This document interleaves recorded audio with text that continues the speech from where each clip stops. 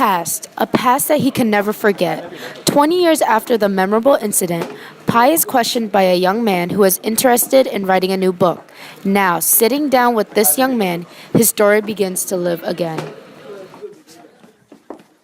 Remember the time I first met Richard Parker. I snuck into the back of a zoo and slowly approached a small closed door with a slab of meat in my hand. I turned the wheel near the door, opening a small door, calling out to the beast inside. I'm here, Richard Parker. I have a treat for you. Don't worry, I won't do anything, Richard Parker. At that moment, I knew. I knew that doing this would risk my life.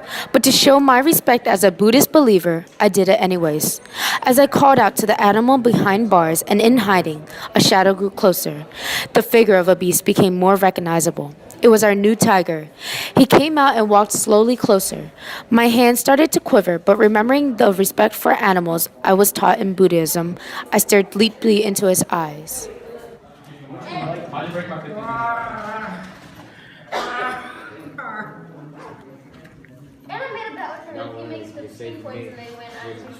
As he walked closer and closer to my hand, I slowed down my breathing.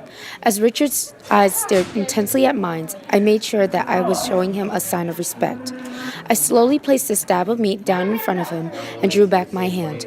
Calmly, Richard Parker began to eat the meat. I got down to the line of sight so both of our eyes were looking at each other. I couldn't take my eyes off of him. He was magnificent. In this scene, we are showing the costly or painful sacrifice that believers display to others to show commitment to religion. Not long after Pi and his family and the animals in the zoo are requested to move to Canada. After a terrible storm and many obstacles, Pi and Richard Parker end up in a safety boat. However, it wasn't paradise. Guys, have your notebooks. Patience, Richard Parker. I'm coming as fast as I can. It started raining harder and harder. The boat started to rock and the waves had the boat in a drastic situation. Richard Parker went flying off of the boat into the water.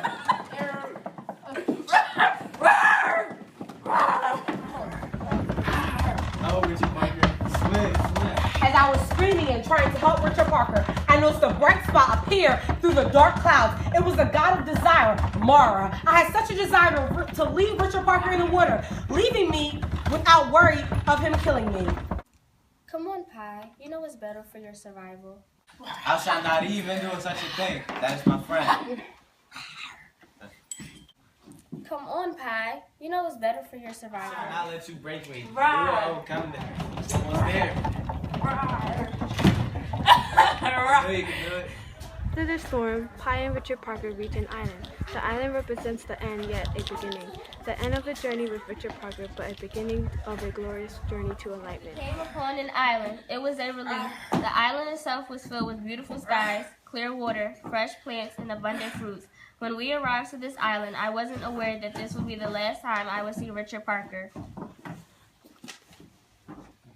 Yeah, man. There's a pile of tree over there. That tree over there. Buddha has finally treated us. You think somebody lives over here? Why are we here, Richard Parker? Is there a logical reason? Can I reach my goal on this island? Or is there such a thing? Tell me, Richard Parker. Did he ever reach it? Was he even a real person? I don't know what to say right now. Rawr! You're right, Richard Parker. It's all in my head. Rawr! Richard Parker, you're not gonna leave me like that, right? Something told me I had to let him go. I can't explain this feeling. This was something I never felt before. It was a sign from the Buddha. I had to let Richard Parker go. Guess this is just goodbye then.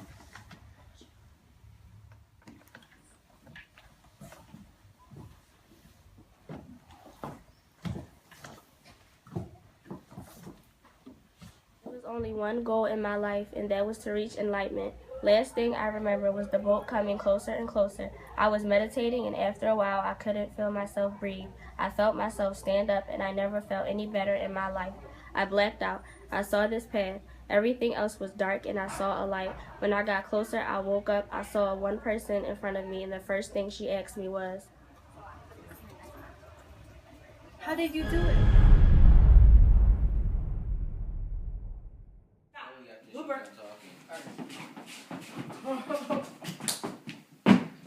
I don't think I said that enough today. There.